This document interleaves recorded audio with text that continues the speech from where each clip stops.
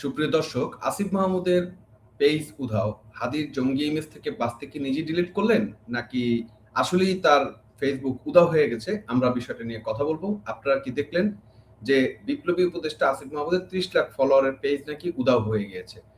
তিনি দাবি করেছেন উগ্রবাদী নেতা শরীফ ওসমান হাদির পক্ষে পোস্ট দেওয়ার নাকি সংঘবদ্ধ রিপোর্ট করে তার পেজকে সরিয়ে দেওয়া হয়েছে। আমরা এই ব্যাপারটা নিয়ে বিশ্লেষণ করব, আসলে ঘটনাটা কি। কিন্তু বন্ধুরা, এই যে জিনিসটা দেখেন, চোখ কান খোলা রাখিয়ে যদি আমি দেখেন, উত্তরটা কি সত্যি কি এটা এতই সহজ যে তার পেজটা উধাও হয়ে যাওয়া? আমরা সেটা নিয়ে একটু আলোচনা করি। ফিনল্যান্ডের প্রবাসী সাইবার সিকিউরিটি বিশেষজ্ঞ গোলাম আজম তারেক যে তথ্য দিয়েছে তা শুনলে আপনি আক্কেল গুরুম হয়ে যাবেন। তিনি পরিষ্কার বলেছেন, এত বড় ভেরিফাইড পেজ রিপোর্ট করে সরানো সম্ভব নয়। আসল রহস্য হলো আসিফ মাহমুদ নিজেই পেজ মুছে দিয়েছেন, এবং কেন মুছে দিয়েছেন সেটা আমরা জানি। কারণ যে হাদি কে নিয়ে তারা মেটিকুলাস ডিজাইন সাজিয়েছিলেন, সেই হাদি এখন আন্তর্জাতিক মহলে জঙ্গি হিসেবে চিহ্নিত হয়েছে। আজ আমরা ফাঁস করব ইউনূসের এই চরম ডিগবাজি আর ইঁদুর বিড়াল খেলার আসল রহস্য। আমরা একটু নিউজ তথ্যটা দেখে আসি যে কি বলেছে খবরের বা নিউজটাতেও কি বলেছে, অ্যানালিস্ট কি বলেছে। আসিফ মাহমুদের ফেসবুক পেজে উধাও, সাইবার বিশেষজ্ঞদের দাবি স্ত্রী লোকতে নিজেই মুছে ফেলেছেন। তো কেন করেছে সেই বিষয়টা আমরা আসলে আপনাদের কাছে পুরোপুরি বিশ্লেষণ করার বলার চেষ্টা করব। কেন আসিফ মাহমুদ নিজে পেজ লুকালেন? কারণ আন্তর্জাতিক পরিমণ্ডলে ওসমান হাদি ওরফে ওসমান গনি এখন একজন বিপ্লবী বদলে জঙ্গি সমাজের প্রতিনিধি হিসেবে প্রতিষ্ঠিত হয়েছে। হাদির সমর্থকরা যেভাবে পত্রিকা অফিসে এবং রাজনৈতিক স্থাপনায় আগুন দিয়েছে তা সারা বিশ্বে সমালোচনার জন্ম দিয়েছে। ইউনূস, এই যে পিচাস ইউনূস বুঝতে পেরেছে এই লাশ ব্যবসা করে ক্ষমতা টিকিয়ে রাখা গেলেও আন্তর্জাতিক সমর্থন পাওয়া যাবে না। তাই নিজের ইতিবাচক ভূমিকা বাঁচাতে তারা এখন হাদি থেকে নিজেদের দূরত্ব তৈরি করছেন। আসিফ মাহমুদেরা পেজে হাদির সমর্থনে অসংখ্য পোস্ট ভিডিও ছিল, যা এখন বিদেশের দাতা সংস্থা বা গোয়েন্দা সংস্থাগুলোর কাছে টেররিজম সাপোর্ট হিসাবে গণ্য করা হচ্ছে। তাই নিজেকে বাঁচাতে, নিজের ইমেজ বাঁচাতে আর সরকারের অবস্থান পরিষ্কার করতে আসিফ নিজেই তার ডিজিটাল ফুটপ্রিন্ট বা পেজ মুছে দিয়েছেন বলে আমরা সন্দেহ করি। একেই বলে সাপও মরল, লাঠিও অক্ষত রইল। মানে তারা জাস্ট হাদিকে নিয়ে যাতে আর ফেসবুকে তার কোনো কথা বলতে না হয়, সেই জিনিসটাকে কিন্তু তারা সে চেষ্টা করছে সেই জিনিসটাকে সামনে আনার জন্য। তো এখন যে বিষয়টা আমরা যাই, যে আমরা আগেই প্রমাণ দিয়েছি যে শরীফ ওসমান হাদি নামের কেউ নেই, সে জালিয়াতি করা ওসমান গনি। আসিফ মাহমুদের পেজে এই জালিয়াতির সপক্ষে অনেক প্রমাণ ছড়িয়ে ছিটিয়ে ছিল। এখন যখন হাদি হত্যার মাস্টারমাইন্ড হিসেবে জামাত সেক্রেটারি পুত্র সালমানের নাম আসছে, জামাতের নাম আসছে, এই এনসিপির নাম আসছে, আসিফ মাহমুদরাও ভয় পাচ্ছেন। তিনি ভয় পাচ্ছেন যদি কোনো আন্তর্জাতিক নিরপেক্ষ সংস্থা তদন্ত করে, তবে তার পেজ থেকে সব ষড়যন্ত্রের সুতো বেরিয়ে আসতে পারে বা বিভিন্ন তথ্য পেয়ে যেতে পারে। তাই বিরোধীদের উপর দায় চাপানোর নোংরা কৌশল ব্যবহার করে তিনি আসলে নিজের পিঠ বাঁচাতেন। এবং এই যে তিনি বলছেন যে সংঘবদ্ধ রিপোর্ট, এটা আসলে তার সমর্থকদের আবেগকে পুঁজি করে একটি নতুন চাল মাত্র। সাবেক মার্কিন কূটনীতিক ডল ডেনিরুচি যে -2 ম্যানুয়াল ইউনূসের হাতে তুলে দিয়েছিলেন, সেখানে পরিষ্কার করে বলা আছে সেনাবাহিনীর উপর সর্বোচ্চ কর্তৃত্ব প্রতিষ্ঠা করতে হবে। আর সেই কর্তৃত্ব প্রতিষ্ঠা করতে গিয়েই তারা হাদিকে হিরো বানিয়েছে। কিন্তু যখন ভারত বাংলাদেশ সেনাপ্রধান সরাসরি কথা বললেন এবং নিরাপত্তা নিয়ে আলটিমেটাম দিলেন, তখন ইউনূস পিছিয়ে হতে বাধ্য হয়। ডেনিরুচির এই যে তারেক রহমানের দিকে দৃষ্টি সরাতে হাদিকে ইস্যু করতে বলা হয়েছিল বা হাদিকে ইস্যু করা হয়েছে বলে মনে করা হয়। কিন্তু এখন যখন হাদির সমগ্র দেশের সার্বভৌমতার স্থিতিশীলতা ধ্বংস করছে, তখন তারা প্রজেক্ট থেকে হাত ধুয়ে ফেলতে চাইছে। আসিফ মাহমুদ পেজ ডিলিট হওয়া সেই হাত ধুয়ে ফেলারই একটা ধাপ হিসাবে আমরা দেখছি।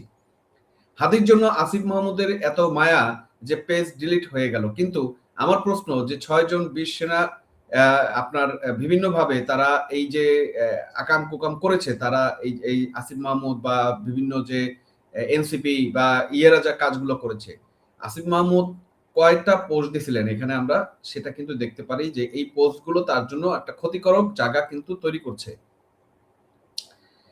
আপনারা কি জানেন কিনা যে হাদি হত্যার সন্দেহভাজন সালমান কে নিয়ে আসিফ মাহমুদের পেজে কি ধরনের তথ্য ছিল, সালমান কিভাবে হাদির খুনি ফয়সালকে হাদির কাছে ভিড়িয়েছিল, এসব কিছুর ডিলেট হয়ে তার পেজ আর্কাইভে ছিল।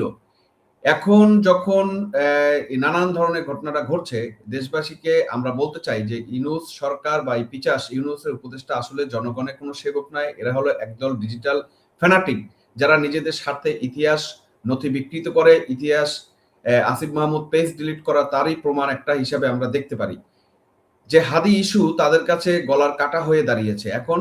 যে মানে এই পেজ ডিলিট করার জন্য, পেজ ডিলিট করা প্রমাণ করে যে হাদি ইস্যুটা কিন্তু তাদের কাছে একটা গলার কাটা হয়ে দাঁড়িয়েছে। তারা হাদিকে ব্যবহার করে ভারতের উপর যে হামলার যে ছক কষেছিল বা ভারতকে যে আন্তর্জাতিক চাপ দেওয়ার চেষ্টা করেছিল বা যে ব্লেম করার চেষ্টা করেছিল, সেখানে কিন্তু তারা ব্যর্থ হয়েছে। এবং এই চীন পাকিস্তান চিকেন নেক দখলের যে পায়তারা করছে, এখানে হাদি ব্র্যান্ডের সন্ত্রাসবাদ ইউনূস সরকারের জন্য কাল হয়ে দিয়েছে। তারা এখন নিজেদের ক্লিন মিশনে নেমেছে, কারণ বিশ্ব জায়গা থেকে কিন্তু তাদের বিরুদ্ধে ব্যাপক সমালোচনা এবং আলোচনা আসছে। পরিশেষে একটা জিনিস বলতে চাই যে এই আসিফ মাহমুদ সাহেব ফেসবুক পেজ ডিলিট করলে আপনার অতীত মুছে যাবে কি? হাদির জালিয়াতি এবং এই যে আপনাদের যে অপকর্ম, সেই অপকর্ম কি ঢাকা যাবে? ঢাকা যাবে না। এগুলো হচ্ছে এখন নিজেকে দায় এড়ানোর একটা প্রক্রিয়া বা প্রসেস হিসেবে আপনারা এই কাজগুলো চালাচ্ছেন বলে আমরা ধরে নিতে পারি। আপনারা এই এই হাদিকে মানে নেতা বানিয়েছেন, হাদিকে আপনারাই ফ্লারিশ করেছেন এবং হাদিকে মেটিকুলাসলি আপনারাই হত্যা করেছেন। আজকে যখন মানে হিতে বিপরীত হয়ে গিয়েছে, আজকে যখন হাদির হত্যাটা, হাদি কিন্তু ইন্টারন্যাশনালি এখন একজন জঙ্গি হিসাবে ট্রিটেড হয়েছে এবং মেটা, ভারতীয় মেটাও কিন্তু সেই জিনিসটা তাকে ট্রিট করছে। সুতরাং হাদি সম্পর্কিত কোনো ধরনের স্ট্যাটাস যদি থাকে, হিস্ট্রি যদি থাকে, সেই পেজগুলো বা ইয়েগুলো কিন্তু ডিলিট হয়ে যাচ্ছে। এবং মানে এই কাজগুলো করার পরে হাদিকে দিয়ে যে নাটক ইউনূস সাজিয়েছে, সেই নাটক সাজানোর পরে কিন্তু এখন পুরো জিনিসটাই কিন্তু আবার বুমেরাং হয়ে ইউনূস বা এই ইয়েদের উপরে চলে আসছে। সুতরাং এখন তাদের উপরে কিছু দায় রয়েছে যে হাদির হত্যা নিয়ে যখন বিচারের দাবি উঠছে, এই জিনিসগুলো নিয়ে তারা তো ফেসবুকে আরো কিছু কথা বলতে পারতো, বলা লাগতো, বাধ্য হইতো। কিন্তু ফেসবুক পেজ ডিলিট করে তার সে বুঝালো যে পেজই তো ডিলিট হয়ে গেছে, তাহলে আমার এই স্ট্যাটাস দেওয়ার এখন আর সুযোগ নেই। এবং সেখানে সে তার মানে তার রাজনৈতিক যে ক্যারিয়ার, সেটাকে রক্ষা করার চেষ্টা করছে। এটাই আমরা দেখি। আরো একটা বড় জিনিস আপনারা খেয়াল করবেন যে এই হাদি হত্যা কিন্তু সেদিনই হয়েছে যেদিন তারা পদত্যাগ করেছেন এবং জনগণ তাদের দুর্নীতির অভিযোগ তুলেছিল।